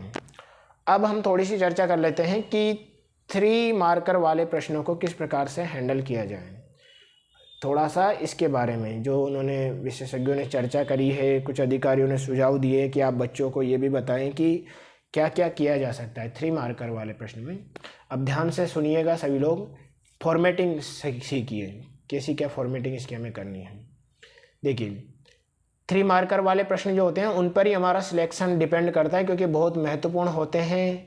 यहाँ पर 45 अंकों का एक खंड रहेगा, तो 2 खंड कितने हो गए, 90 अंकों के खंड हो गए। 90 अंक बहुत मायने रखते हैं एक पेपर में, दूसरा पेपर भी 90 अंकों के लिए, तीसरा पेपर भी 90, तो ऐसे इनका आप ध्यान रखें। 3 मार्कर वाले प्रश्न में की जो प्रकृति रहती है ना, वो कैसी रहती है, तथ्यात्मक रहती है, मतलब टू द पॉइंट आपको बात करना रहता है। इसमें आपको क्या करना है, जितने ज़्यादा आपको फैक्ट याद हैं, या कोई भी पेपर है, आपको मान लीजिए कोई टॉपिक है, कोई भी पेपर में कोई सा भी टॉपिक है, उसमें आपको लग रहा है कि मुझे ऐसा प्रश्न आ गया कि दीर्घोत्तरीय में लिखना था उसको, तो आप उसका की पॉइंट निकाल लें और की पॉइंट से लिखने का कोशिश करें। तथ्यात्मक प्रकृति के होते हैं, फैक्ट का जितना ज़्यादा प्रयोग करोगे, जितना आपके लिए फ़ायदेमंद है। ये ठीक उसी प्रकार से चेक करेगा जैसे चावल को हम लोग चेक करते हैं ना, एक बाहर चावल निकाल लिया और चेक किया कि उबला या नहीं, ठीक वैसे आपको चेक करेगा कि ये बंदा कितना मैच्योर है या नहीं। तो इसका ध्यान रखें। चलिए अब बात करते हैं सेकंड पॉइंट की। सेकंड पॉइंट कहता है उत्तर बिंदुओं में तथ्यों के साथ देने का प्रयास करें, यानी कि अगर कोशिश करें कि पॉइंट में लिखें, मतलब ज़्यादातर प्रश्न जो हैं 3 मार्कर वाले पॉइंट में ही लिखें। फिर भी अगर आपको लग रहा है ना कि कोई जैसे डेफिनेशन पूछ लिया, उन्होंने कोई डेफिनेशन पूछ लिया, तो डेफिनेशन को आप कोशिश करें कि वो पैराग्राफ में लिखें, 1 या 2 लाइन, इससे ज़्यादा नहीं, क्योंकि 10 शब्द में इतना ही आ पाता है। तो 3 मार्कर में कोशिश करें कि पॉइंट में लिखने का प्रयास करें, ठीक है। अब मैं बात कर रहा हूँ यहाँ पर व्यक्तित्व से संबंधित जो प्रश्न पूछे गए हैं, व्यक्तित्व वाले प्रश्न जो पूछे जाते हैं, जैसे कि मैं कहूँ कि पूछ लिया गया बताइए अकबर, पूछ लिया गया बताइए पृथ्वीराज चौहान। अब ऐसे प्रश्नों में आप क्या लिखोगे? अकबर का जन्म फलानी जगह पे हुआ था, पृथ्वीराज चौहान का जन्म यहाँ हुआ था, पृथ्वीराज चौहान का विवाह संयोगिता से हुआ था, उसका ससुराल जेठ चंद था, ऐसा कुछ लिखोगे क्या? नहीं, आपको लिखना है पूछा क्या जा रहा है तो उसने क्या महत्व है। ऐतिहासिक पुरुष हैं तो भैया ऐतिहासिक में उसका क्या योगदान है, इतिहास में हम उसको क्यों पढ़ रहे हैं, उसके योगदान पे फोकस करें। 3 मार्कर में। 5 मार्कर में आप शुरुआत के पहला परिचय वाला जो पॉइंट है उसमें आप लिख भी सकते हो कि इसका जन्म यहाँ या फिर ये यहाँ से लेने, इस वंश का शासक था, ऐतिहासिक पुरुष की अगर हम बात करें तो। बाकी कोशिश करें कि उसने क्या कार्य किया या उसकी भूमिका किन के लिए। जैसे मान लीजिए कोई साइंटिस्ट के बारे में पूछ लिया, सपोज दैट कि आपसे पूछ लिया जाए भैया बताइए सीवी रमन, अब आप उसके जन्म मृत्यु उनके माता पिता वो कोई लेना देना नहीं, ना आयोग को इंटरेस्ट है ना उनको पढ़ना है। आपको लिखना है सीवी रमन का क्या योगदान है, भौतिकी के क्षेत्र में क्या योगदान है। हाँ, आपको लिख रहा है कि कोई विशेष पॉइंट है, जैसे आपको पता है सीवी रमन को भौतिकी के क्षेत्र में नोबेल दिया गया, तो नोबेल पे आप फोकस कर सकते हो कि इस साल में इसको नोबेल पुरस्कार दिया गया। जरूरी तो नहीं है कि आप हर बार उसको सभी चीज़ों को शुरुआत में लिखे, तो आप शब्द में खर्चीले हो जाओगे, फिर आप पूरा बिंदु नहीं लिख पाओगे।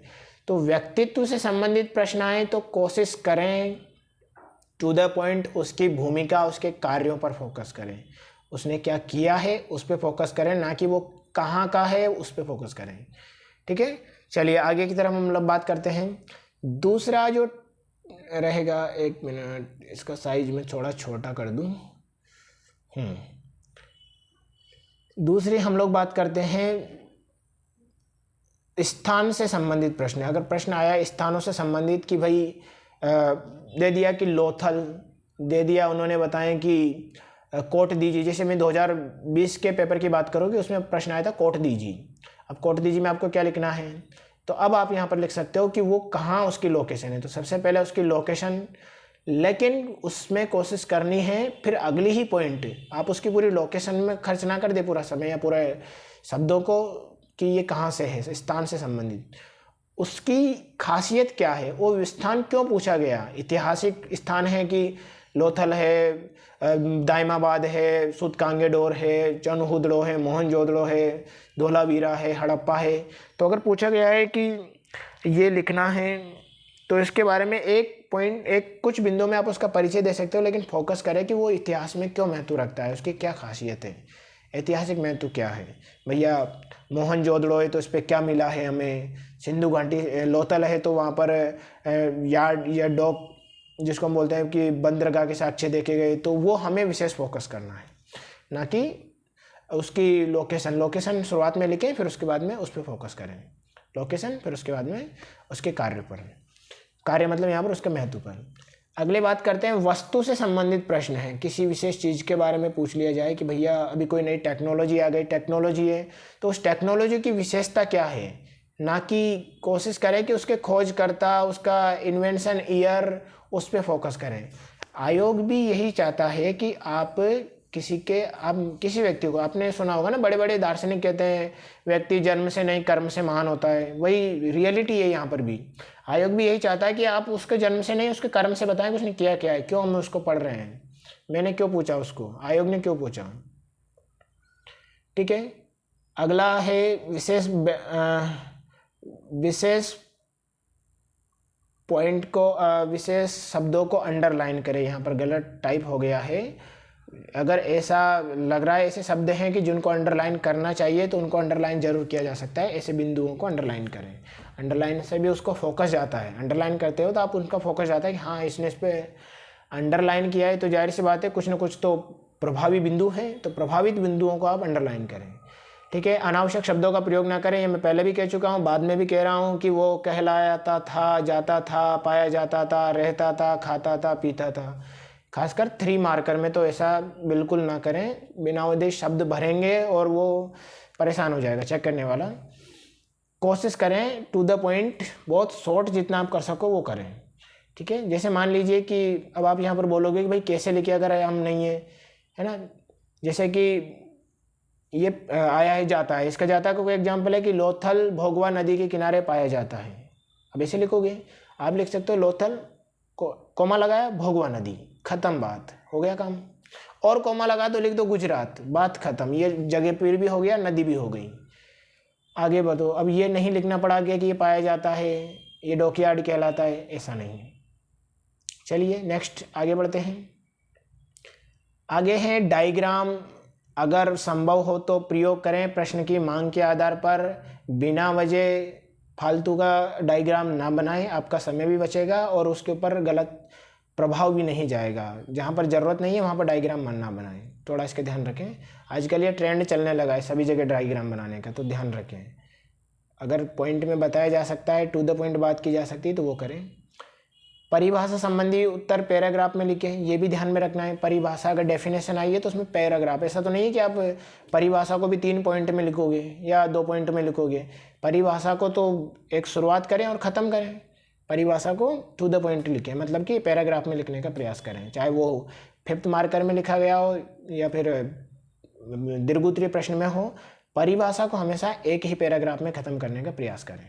ठीक है, परिभाषा है, दूसरे शब्दों में हम लोग बोलें उसके परिचय को। ठीक है, अगला है योजना संबंधी प्रश्नों का इलाज कैसे किया जा सकता है। योजना संबंधी प्रश्न अगर आ रहे हैं तो उनके लिए हम लोग क्या कर सकते हैं, वही शुरुआत में लिखे कि योजना कब स्टार्ट हुई, उसका उद्देश्य क्या है, तीसरा क्या लिखना है अगला पॉइंट, उसमें उससे लाभार्थी कौन कौन है, किन वर्गों को ये लाभ पहुंचाएगी। फिर अगर उसमें संगठन दिया हुआ है, जैसे कि किन लोगों, कैसे इसका संगठन कहाँ पर, मतलब कि सपोज दैट कोई योजना है स्टेट लेवल पर, उसका क्या प्रभाव है। सेंट्रल की कोई योजना है तो स्टेट लेवल पर उसके लिए क्या बॉडी बनाई गई है, डिस्ट्रिक्ट लेवल पर क्या बॉडी है, लोकल लेवल पर क्या बॉडी है, सारी चीज़ें, तो उस पर आप फोकस करें। फिर अन्य फैक्टरों का प्रयोग करें।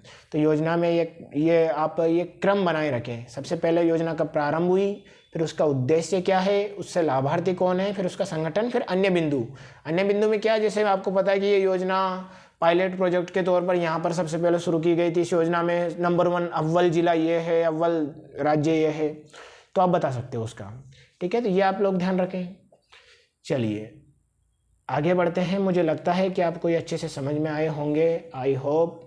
मेरी मेहनत, मेरी नहीं, मेरी तो चलो छोड़ो, आप उनकी मेहनत जो उन्होंने बड़े मुश्किल से ये सारे बिंदुओं को मंचों पे चर्चा करने के बाद में यहाँ पर अपने सुझाव दिए हैं, उन विशेषज्ञों की मेहनत सफल होगी अगर आप इनको ध्यानपूर्वक समझने का और इसको इम्प्लीमेंट करने का। समझना ही काफ़ी नहीं है, इम्प्लीमेंट करना भी ज़रूरी है।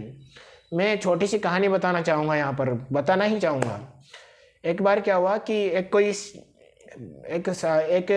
महात्मा थे। वो महात्मा क्या करते थे, उन्होंने 2 तोते पाल रखे थे। वो तोते क्या कर रहे थे, तोतों को उन्होंने सिखाया कि बेटा ध्यान में रखना, अगर कोई शिकारी आए तो वो दाना डालेगा तो आपको पकड़ने का प्रयास करेगा, आपको उसके जाल में नहीं फंसना है।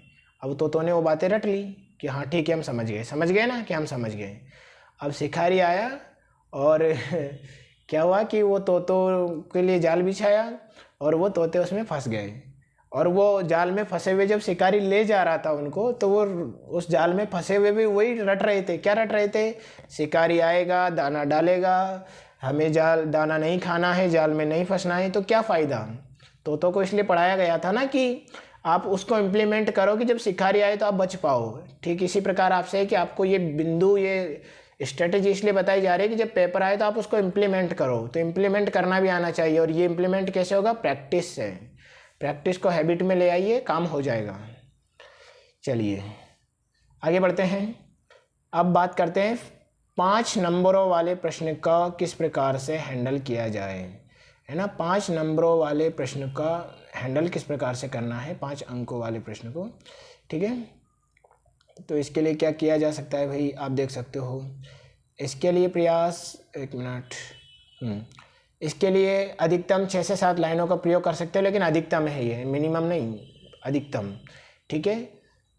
किंतु 50 शब्द से ज़्यादा नहीं होना चाहिए। बहुत सारे लोगों की क्या होता है ना कि वो जगह स्पेस छोड़ छोड़ के लिखते हैं तो शब्द कम लिख पाते हैं, तो वो 6 से 7 लाइन, या ये जरूर नहीं है कि मैं जो कह रहा हूँ यहाँ पर ये सही है।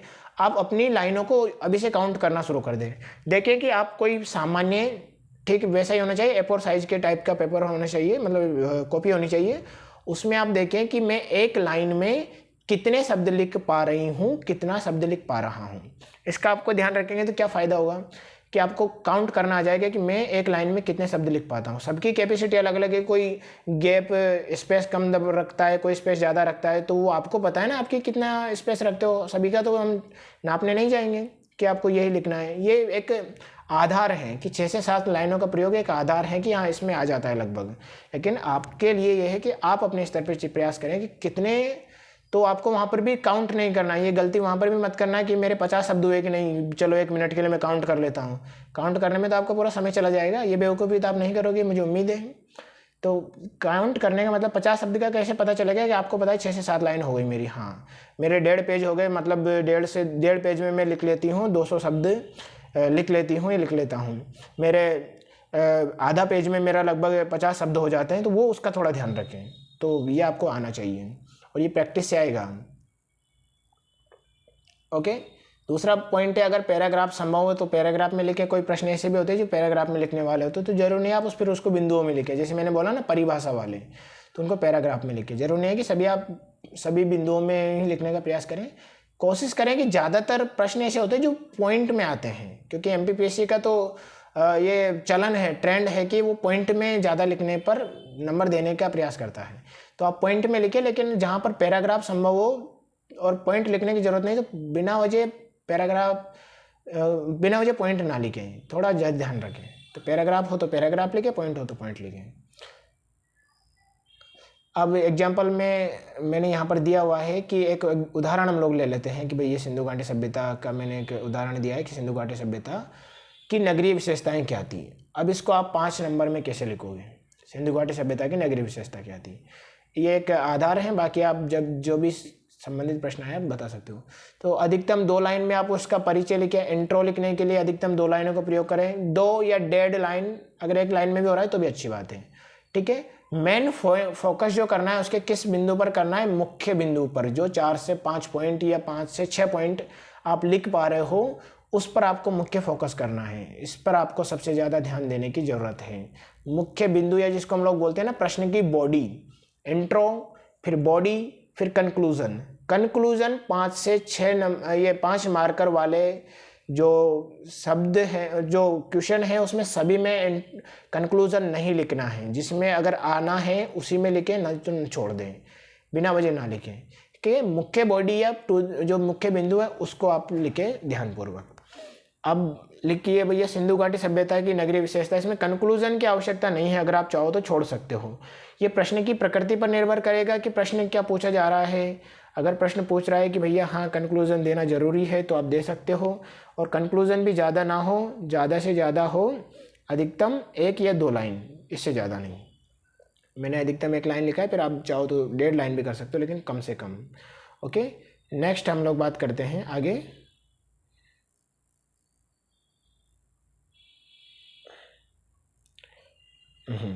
अगला है विशेष बातों को अंडरलाइन करें। ये बात मैं पहले भी बता चुका हूँ। जिससे फोकस बढ़ता है उसका चित्र का प्रयोग करें, और चित्र का प्रयोग कहाँ करें, पेज के पूर्वी भाग में। पेज के पूर्वी भाग में कैसे, जैसे मान लीजिए ये जो आपको लिखा हुआ है ना, मान लीजिए कि ये आप लोग लिख रहे हो सिंधु घाटी सभ्यता। अब आपने लिखा ये पेज है, ठीक है। चित्र का प्रयोग आप लोग कहाँ करोगे, इस पेज के पूर्वी भाग में, यानी कि मान लो कि यहाँ पर आपने चित्र का प्रयोग किया। ऐसे समझो, जैसे कि मान लीजिए कि यही प्रश्न है, ये जो दिखाया जा रहा है, ये लिखा हुआ है, मैंने आपको यहाँ पर पॉइंट लिखे हुए हैं, और मेरा जो फोटो दिख रहा है आपको, ये चित्र है, ऐसे समझ लीजिए, कि ये एक चित्र आपने यहाँ बना दिया, तो यहाँ पर आपको लिखने के लिए साइड में पश्चिमी भाग में आपके लिए लिखने के लिए उसके बारे में बिंदु मिल जाएंगे।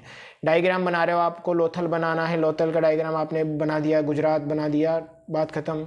यहाँ पर लिख दिया भोगवा नदी के किनारे है, यहाँ पर लिख दिया आपने सिंधु घाटी सभ्यता का स्थल है और एक बंदरगाह था, ये ख़त्म। तो आप इधर पॉइंट लिखें और इधर बिंदु, इधर पूर्वी साइड में आप उसको पैराग्राफ। हाँ, अगर आपको दिखाना है कि मुझे फ्लो चार्ट का प्रयोग करना है, फ्लो चार्ट का प्रयोग करने के दौरान आप क्या कर सकते हो, फ्लो चार्ट में आप बिल्कुल, हम आगे बात करेंगे फ्लो चार्ट किस किस प्रकार के बनाए जा सकते हैं, तो आप बिल्कुल बना सकते हो उस प्रकार से। फ्लो चार्ट आप बीच वाले भाग में बना सकते हो, नेवर माइंड, लेकिन चित्र का प्रयोग आप कोशिश करें कि पूर्वी भाग में करें। ओके, इसका ध्यान रखें। ओके, चलिए आगे बढ़ते हैं। डायग्राम का प्रयोग इतिहास वाले क्वेश्चन में आप कर सकते हो, चित्र आप इतिहास वाले प्रश्न में बना सकते हो, ज्योग्राफी में भी बना सकते हो, विज्ञान में भी अगर बायोलॉजी या केमिस्ट्री या फिजिक्स में भी कोई ऐसा आया है तो आप उसके डायग्राम बना सकते हो। टेक्नोलॉजी वाले में भी अगर कोई टेक्नोलॉजी की कार्यविधि पूछी है तो उसका आप डायग्राम बना सकते हो। जहाँ नहीं मांगा गया वहाँ बिना वजह डायग्राम मत बनाना, नंबर नहीं मिलेगा और वो आपको बेवकूफ़ और समझेगा, थोड़ा इसका ध्यान रखना। ठीक है, प्रश्न की डिमांड हो तो ही, नहीं तो जरूरी नहीं है, ये ध्यान रखना, वो आपको क्या समझेगा, बेवकूफ़। चलिए, संभव हो तो करंट अफेयर से रिलेट करें, ये भी पॉइंट मैंने फिर से दोबारा लिया है। अगर पॉसिबल हो 5th मार्कर वाले प्रश्न तो आप शुरुआत में ही या कहीं बीच में आप करंट अफेयर का एग्जाम्पल या लास्ट में भी आप एग्जाम्पल के तौर पर आप उसको लिख सकते हो। अगर लिंक वाले, मान लीजिए कोई स्कीम पूछी गई है या फिर जो वर्तमान से रिलेटेड हो, कोई उपाय पूछे गए हैं, तो करंट अफेयर से कोई रिपोर्ट के अनुसार कोई करंट अफेयर में कहीं भी आपको लग रहा है कि लिंक हो सकता है तो लिंक करें, नहीं तो आगे बढ़ें। चलिए, मुझे उम्मीद है कि आपको समझ में आ रहा होगा, और नहीं आए तो भी पूछ लिया करें दोबारा। आप क्या बोलते हैं, चैटिंग सेशन में आप लिख सकते हो कमेंट बॉक्स में कि सर ये वाला पॉइंट समझ में नहीं आया, दोबारा हम बता देंगे, उसको सेंड कर देंगे दोबारा। ठीक है, अगले हम बात करते हैं अगले पॉइंट की कि विशेषताएं, गुण, कार्य, उद्देश्य और अंतर वाले प्रश्नों को बिंदुओं में लिखने का प्रयास करें। जैसे कि मान लीजिए पूछा गया है कि इसकी विशेषताएं लिखो, विशेषताओं को आप पैराग्राफ में क्या लिखोगे, किसी चीज़ की विशेषता पूछी, मान लीजिए अभी हम बात कर रहे थे कि पूछा गया है कि बताओ कि भैया बौद्ध धर्म की विशेषताएं बताओ, तो बौद्ध धर्म की विशेषताएं आप कोशिश करें कि पॉइंट में लिखें, अब पैराग्राफ में लिखने की जरूरत नहीं है। ठीक है, अब पूछा गया कि बताएं कि भैया इसके गुण लिखिए, सिंधु घाटी सभ्यता की नगरीय सभ्यता थी, क्या क्या गुण हैं, गुण धर्म लिखें। ठीक है, किसी के कार्य पूछे गए हैं, किसी के उद्देश्य पूछे गए, कोई योजना है उसका उद्देश्य पूछा गया है, किसी और संबंधित उद्देश्य पूछे गए तो आप बता सकते हो, तो उनको पॉइंट में ही लिखें, ये अच्छा फॉर्मेटिंग होती है। अंतर वाले प्रश्न कई बार क्या कर देते हैं, वो क्लास वाला वो दिखा देते हैं, मतलब मैं बता देता हूँ यहाँ पर, क्लास वाला प्रकृति क्या रहती है, बीच में लाइन खींची, एक अंतर इधर, एक अंतर इधर, एक अंतर इधर, एक अंतर इधर, ये थोड़ा ध्यान रखें। अगर आपको आ रहा है कोई विशेष प्रश्न है साइंस से संबंधित तो आप कर सकते हो, लेकिन ये फॉर्मेटिंग जो मानते हैं लिखने वाले या जिन्होंने आंसर राइटिंग की है, मेंस में सेलेक्ट हुए हैं, पद प्राप्त किए हैं, वो कहते हैं कि ये फॉर्मेटिंग सही नहीं है। वो क्या मानते हैं उनके अनुसार, अब जैसे अंतर वाला प्रश्न है तो आपने क्या लिखा, मान लीजिए कि प्रश्न पूछा गया यूकेरियोटिक सेल और प्रोकैरियोटिक सेल में अंतर लिखिए, तो आप बता सकते हो कि यूकेरियोटिक सेल, बिंदु में आपने कैसे लिखा कि पहला बिंदु लिखा यूकेरियोटिक सेल में यूकेरियोटिक सेल में ये झिल्ली पाई जाती है, जबकि प्रोकैरियोटिक सेल में झिल्ली नहीं पाई जाती है, बात खत्म, ये पॉइंट खत्म। फिर दूसरा पॉइंट आपने लिखा कि यूकेरियोटिक सेल में 70S प्रकार का राइबोसोम पाया जाता है, प्रोकैरियोटिक सेल में 80S प्रकार का राइबोसोम पाया जाता है, बात खत्म। ऐसे पॉइंट का प्रयोग करें।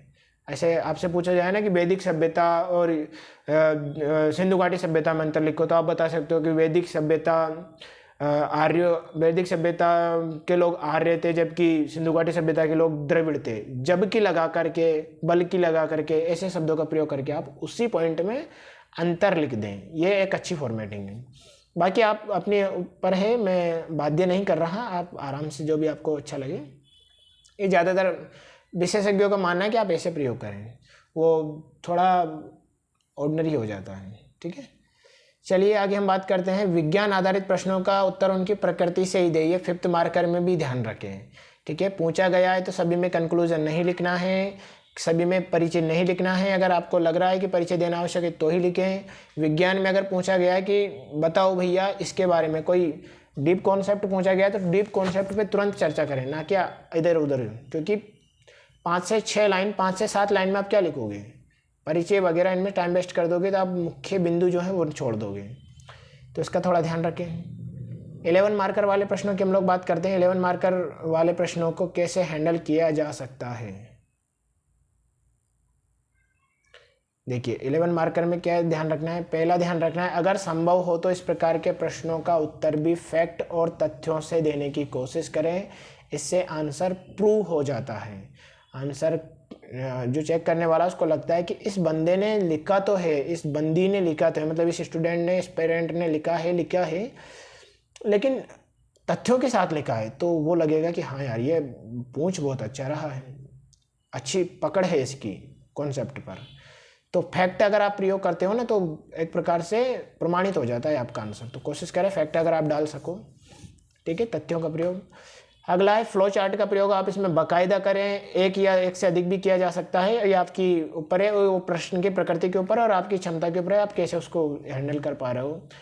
अगर प्रश्न 200 शब्दों में पूछ रहा है, वैसे 200 शब्द ही अधिकतम इसकी समय सीमा, शब्द सीमा है, तो कोशिश करें कि 180 190 शब्दों में लिखें। एकदम वैसा नहीं कि लकीर के फकीर बन जाए कि हाँ 200 है तो गिनकर ही 200 शब्द में निपटाऊंगा।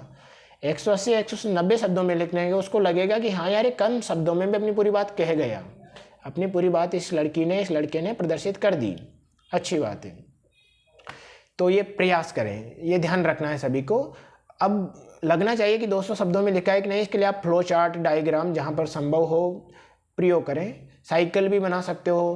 आगे हम लोग, मैंने आपको एक फॉर्मेटिंग दी हुई है लास्ट में, आप देख सकते हो कि कैसे कैसे आप फॉर्मेटिंग करना है फ्लो चार्ट वगैरह की, देख सकते हो, ठीक है। जैसे फ्रेमिंग की अगर हम इसकी बात करें तो इसमें फ्रेमिंग के लिए दिया गया कि 3 से 4 लाइन का आप इसमें परिचय लगे। अगर दीर्घ उत्तरीय प्रश्न है तो उसमें 3 से 4 लाइन का परिचय, 5 भी कर सकते हो, 5 लाइन का परिचय भी अच्छी बात है, कोई ज़्यादा प्रभाव नहीं पड़ेगा। और फिर उसके बाद में मुख्य बिंदु जो प्रश्न की मेन बॉडी होती है वो उस पर फोकस करें, उसमें आप फ्लो चार्ट, डायग्राम उसी में बनाएं। कंक्लूजन में भी कोशिश करें कि जो फ्लो चार्ट, डायग्राम वगैरह आप जो बनाते हो ना वो इंट्रो में ना बनाएं, ना ही आप कंक्लूजन में बनाएं। कोशिश करें कि वो मेन बॉडी में बनाने का प्रयास करें, ठीक है। जो प्रश्नों में मुख्य जो सार लिखना है आपको, वहाँ पर 4 से 6 लाइन का आप उपसंहार या जिसको हम कंक्लूजन बोलते हैं वो लिख सकते हो, वो भी पॉजिटिव होना चाहिए, कोशिश करें। अगर योजनाओं से संबंधित पूछा गया है, समालोचना वाला प्रश्न है, आलोचना वाला है, तो भी आप इसका ही ध्यान रखें। उम्मीद है आप इस पर थोड़ा सा गौर करेंगे, बाकी आपके ऊपर है। इस तरह के प्रश्नों को पैराग्राफ में लिखा जा सकता है। अगर आप संभव हो तो पैराग्राफ का प्रयोग कर सकते हो, कोई बाधा नहीं है, ठीक है। तो मुझे लगता है आप ऐसे प्रकार के प्रश्नों को हैंडल करना बाकायदा सीख गए होंगे। 3 मार्कर, 5 मार्कर, 11 मार्कर। अब बाकी हिंदी वाला भी मैंने कराया नहीं, तो हिंदी का जब मैं कभी पेपर डिस्कस कराऊंगा उसी दौरान वहाँ पर उसकी फॉर्मेटिंग बता दूंगा। और ऐसे वाला हम आगे इथिक्स वाला हम इथिक्स के साथ में जो कॉन्सेप्ट है उसके साथ में करेंगे। ऐसे कि अभी हम लोग बात कर रहे थे निबंध वाले प्रश्न को क्या कैसे करें। देखिए अब निबंध को किस प्रकार से करना है, निबंध वाले पेपर को, चाहे वो इंग्लिश मीडियम वाले हो, हिंदी मीडियम वाले हो, सभी लोग ध्यान से सुनना, ध्यान देना इस पर क्या करना है ऐसे वाले निबंध में। और ये बहुत अच्छे ओपी सर ने मुझे बताया है कि निबंध की फॉर्मेटिंग आप किस प्रकार से कर सकते हो, किस प्रकार से अच्छे नंबर प्राप्त कर सकते हो। उन्होंने अपने अच्छे खासे नंबर प्राप्त किए हैं निबंध के दम पर, ठीक है। तो आप भी ऐसा कर सकते हो। देखिए हम बात करें कि पैराग्राफ का प्रयोग करें निबंध में, वो वाला कॉन्सेप्ट जो हम लोग करते हैं ना कक्षा 9th 10वीं 11वीं 12वीं में, हेडिंग डाली फिर आगे बढ़े, फिर हेडिंग डाली फिर आगे बढ़े, वो थोड़ा ध्यान रखें ना। इसमें आप पैराग्राफ चेंज करके आप बात बदल रहे हो, मतलब उसको पता है कि आप पैराग्राफ चेंज कर रहे हो तो मतलब आपने मुद्दा बदला है, ठीक है।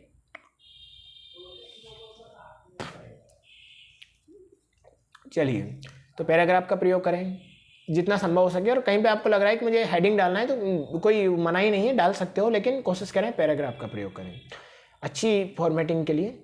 1000 शब्दों वाले निबंध का परिचय आप एक पेज में लिख सकते हो। बढ़िया अच्छा सा परिचय लिखना है आपको। परिचय धमाकेदार होना चाहिए। धमाकेदार का मतलब कि सबसे बेस्ट पॉइंट उसके आप डाल सकते हो। आप चाहें तो परिचय के दौरान जब परिचय का प्रयोग कर रहे हो तो शुरुआत आप किसी कोटेशन से कर सकते हो, किसी दोहे से कर सकते हो, किसी कविता से कर सकते हो, जो भी आपको लग रहा है कर सकते हो बाकायदा। और ये प्रयोग किया है, यूपीएससी टॉपर्स ने भी किया है, मैंने उनकी भी कॉपियाँ देखी है। उन्होंने अपने बहुत सारे इनोवेशन किए निबंध में, और एमपीपीएससी टॉपर्स भी ऐसा करते हैं। ठीक है, तो आप ये कर सकते हो। चलिए अब हम बात करते हैं आगे। किसी रिपोर्ट, सर्वे आदि का जिक्र भी कर सकते हो। बजट में कोई अगर उससे संबंधित, उस निबंध से संबंधित कोई बात है, योजना में, किसी योजना में उस निबंध से संबंधित कोई बात कही गई है। मान लीजिए कि भाई गरीब कल्याण योजना है, टॉपिक लिखना है हमको निबंध के ऊपर, है ना, भूखमरी पर लिखना है और गरीब कल्याण योजना उसका जिक्र करना है, आपको कर सकते हो, बाकायदा कर सकते हो। ठीक है, बजट में क्या प्रावधान किए गए, शिक्षा के ऊपर निबंध है, बजट में शिक्षा के लिए क्या प्रावधान किए गए, तो प्रयोग कर सकते हो। किसी सर्वे के अनुसार कि सर्वे में ये से किस क्षेत्र में कहाँ पर शिक्षा का स्तर देखा गया, रिपोर्ट क्या बताती है ना, रैंकिंग वगैरह किसी संस्थानों के द्वारा दी गई, तो उनका भी आप जिक्र कर सकते हो। और खुल के करें, बाकायदा करें, बढ़िया नंबर मिलेगा, अच्छा लगेगा उसको। ये इनोवेशन है, निबंध में इनोवेशन है। ठीक है, इतिहास और वर्तमान से लिंक कर सकते हो, यानी करंट अफेयर्स का भी जिक्र कर सकते हो आप, और इतिहास से भी आप उसको लिंक कर सकते हो निबंध से। मान लीजिए कि निबंध पूछा गया है कि साहित्य समाज का दर्पण है। अब साहित्य समाज का दर्पण है तो साहित्य में तो आप ऐतिहासिक साहित्य का भी जिक्र कर सकते हो, और वर्तमान में जो साहित्यों का प्रचलन है उनका भी जिक्र कर सकते हो। निबंध पूछा गया है कि बताएं भारतीय सामाजिक परंपरा या भारतीय धार्मिक सहिष्णुता पर निबंध लिखें, तो आप वर्तमान के कुछ एग्जाम्पल, करंट के भी एग्जाम्पल दे सकते हो अगर आपको कोई घटना याद आ रही करंट की धार्मिक सहिष्णुता पर, और आप हिस्टोरी का भी एग्जाम्पल दे सकते हो, मुगल पीरियड का, या जो भी आपको कहीं पर लग रहा है वैसे एग्जाम्पल आप दे सकते हो। ठीक है, अगला है धार्मिक, दार्शनिक, राजनीतिक विचारक, साहित्यकार और साहित्य और विचारों का संदर्भ दिया जा सकता है। मैं यहाँ पर कह रहा हूँ कि कोई राजनीतिक थिंकर ने किसी के ऊपर, जैसे मान लीजिए कि मान लीजिए कि निम्न तबके के ऊपर या गरीबों के ऊपर कोई निबंध आया है, गरीबी बेरोजगारी के ऊपर निबंध आया है, कार्ल मार्क्स का कोई कोटेशन आपको याद आ रहा है, आप प्रयोग कर सकते हो। गांधी जी के कोई आपको सूक्ति, गांधी जी के कोई आपको दोहे, गांधी जी के द्वारा कही गई कोई बात याद आ रही हो, आप प्रयोग कर सकते हो। वेस्टर्न फिलोसफर की आपकी कोई बात याद आ रही है, अरस्तु, प्लेटो या फिर किसी और सुकरात वगैरह की, या फिर किसी अंतर्राष्ट्रीय कोई राजनीतिक विचारक हैं उनका कोई विचार है आपको आ रहा है, किसी कोई फेमस दार्शनिक, धार्मिक जो व्यक्ति हुए हैं, जैसे कि हम लोग बात करें धार्मिक सुधारक जो हुए हैं, तो उन धार्मिक सुधारकों ने कोई अच्छी बात कही गई हो, किसी धर्म की बुराई के ऊपर निबंध है या किसी धर्म के ऊपर कोई निबंध है, और वो लिंक कर सकते हो आप। किसी सामाजिक निबंध की बात की गई है तो आप उसकी कोई बात का जिक्र कर सकते हो, बहुत अच्छा प्रभाव पड़ेगा उसके ऊपर कि हाँ। देखिए, जब भी आप किसी का उदाहरण देते हो ना, कहीं पर भी, यहाँ पर नहीं निबंध की, कहीं पर भी किसी चीज़ का उदाहरण देते हो तो वो चीज़ प्रूफ हो जाती है, ये बात सत्य है। उदाहरण का प्रयोग जब भी आप करते हो या किसी का संदर्भ देते हो तो वो चीज़ क्या हो जाती है, प्रमाणित हो जाती है। तो इसका आप लोग ध्यान रखेंगे। ठीक है, ये मैंने लिखा भी हुआ है कि नारे दो हैं में अब और कविता की पंक्तियों, कथनों का प्रयोग करना संभव हो तो ज़रूर करें, अच्छी बात है। मैं आपको कुछ लोगों के बात बताता हूँ, जैसे एक यूपीएससी में अभी एक नाम है दिव्या तनवर, उन्होंने यूपीएससी में टॉपर रही हैं, मतलब रैंक प्राप्त करी है। तो उन्होंने क्या किया था कि प्रधानमंत्री जी के द्वारा क्या किया गया, प्रधानमंत्री जी ने अभी मन की बात कार्यक्रम में कोई एक बात कही गई होगी महिला सशक्तिकरण के ऊपर, और उनको निबंध लिखना था महिला सशक्तिकरण के ऊपर। तो प्रधानमंत्री जी का जो पंक्तियाँ थी, उन्होंने वो पंक्तियाँ ऐसे के ऐसे ही उसमें लिखी, उसी से उन्होंने शुरुआत करी, परिचय उन्होंने उसी से शुरुआत किया निबंध का। और आप देख सकते हो कि हम तो उसको ऐसे ही हल्के में ले लेते हैं, प्रधानमंत्री जी का जो मन की बात कार्यक्रम है। और मैं आपको बताता हूँ, दूसरे जो रवि कुमार सिहागे यूपीएससी टॉपर हैं, आप उनकी कॉपी देखोगे, उन्होंने जहाँ पर प्रैक्टिस करी थी वो बताते हैं कि मैंने प्रैक्टिस के दौरान बहुत सारे साहित्यकारों का, कबीर का जिक्र करते हैं वो, उन्होंने कार्ल मार्क्स और अरस्तु के भी कुछ कोटेशन लिए, उन्होंने साथ में गुरु नानक देव जी की कुछ पंक्तियाँ और कबीर के तो कई सारे पंक्तियों को उन्होंने जिक्र किया, साथ में कुछ साहित्यकारों का जैसे कि रामधारी सिंह दिनकर वगैरह या महाकवि निराला वगैरह, इनका भी उन्होंने प्रयोग किया, उनकी कविताओं का प्रयोग किया। तो आप भी कर सकते हो। कहीं पर आपको कोई नारा लग रहा है, कोई निर्वाचन से संबंधित आपको लिखना है और उस पर कोई नारा है, तो आप प्रयोग कर सकते हो। करें आप प्रयोग, अच्छा लगेगा उसको। अब इसमें के दौरान आपको क्या ध्यान रखना है कि शब्दों की तारतम्यता, यानी फ्लो जो हम लोग बोलते हैं ना, एक फ्लो में बना रहना चाहिए। बहुत ज़्यादा उतार चढ़ाव नहीं होना चाहिए कि भाई ऐसा लगे कि कुछ पॉइंट में तो कुछ बात करा, फिर और बहुत ज़्यादा नेगेटिव एस्पेक्ट में चला गया, फिर पॉजिटिव, फिर नेगेटिव चला गया। ऐसा नहीं, एक फ्लो बना रहना चाहिए। आप कोशिश करें एक सिंपल वे में उसको आंसर करें, ताकि उसको लगे कि हाँ यार ये सही आंसर कर रहा है। ठीक है। निबंध को किस दिशा में ले जाना है इसका ध्यान रखें। बार बार उतार चढ़ाव का प्रयास ना करें। उपसंहार को हमेशा जब भी आप लिखें, कंक्लूजन लिखें, पॉजिटिव होना चाहिए। और समाप्ति भी आप किसी कोटेशन, दोहे वगैरह से आप कर सकते हो, जो भी आपको लग रहा है, कविता से कर सकते हो। संभव हो तो अगर कोई निबंध ऐसा है जिसमें आपके सुझाव मांगे गए हैं, सुझाव अपरिहार्य, मान लीजिए बेरोजगारी वाला है, बेरोजगारी पर आया है, महिला सशक्तिकरण पर आया है, शिक्षा पर आया है, या फिर कौशल विकास पर आया है, तो ऐसे पर आप अपने सुझाव दे सकते हो। अगर नहीं पूछा गया तो भी आप अपने सुझाव दे सकते हो। ठीक है। तो उपाय, सुझाव आप बता सकते हो, आपके ऊपर है, अपनी क्षमता के ऊपर। ठीक है। तो ये निबंध, इस प्रकार से आपको निबंध का प्रयोग करना है। बाकी ये फॉर्मेटिंग थी, जिन्होंने मुझे विशेषज्ञों ने बताया कि आप ऐसा कर सकते हो। बाकी आपको भी लग रहा है कि कुछ और भी किया जा सकता है तो कर सकते हो। देखिए मैंने यहाँ पर एक डायग्राम दिया हुआ है कि किस प्रकार से आप चार्ट जो हैं इनके प्रयोग कर सकते हो। जिनको चार्ट वगैरह नहीं बनाना आते उनके लिए, बाकी आप बाध्य नहीं हो कि ऐसे चार्ट आप बनाओ सही फ्लो चार्ट, साइकिल वगैरह लाइनों का प्रयोग दिया हुआ है। कि मान लीजिए आपको लग रहा है कि मुझे 3 बिंदुओं में, कोई पॉइंट को 3 बिंदुओं में लिखना है, तो आप ऐसे ट्राइंगल वाला शेप बना सकते हो। बीच में आपने सब्जेक्ट लिख दिया और अगल बगल में आपने, थोड़ा मैं इसको जूम कर लूँ ताकि आपको और समझ में आ जाए। ओके।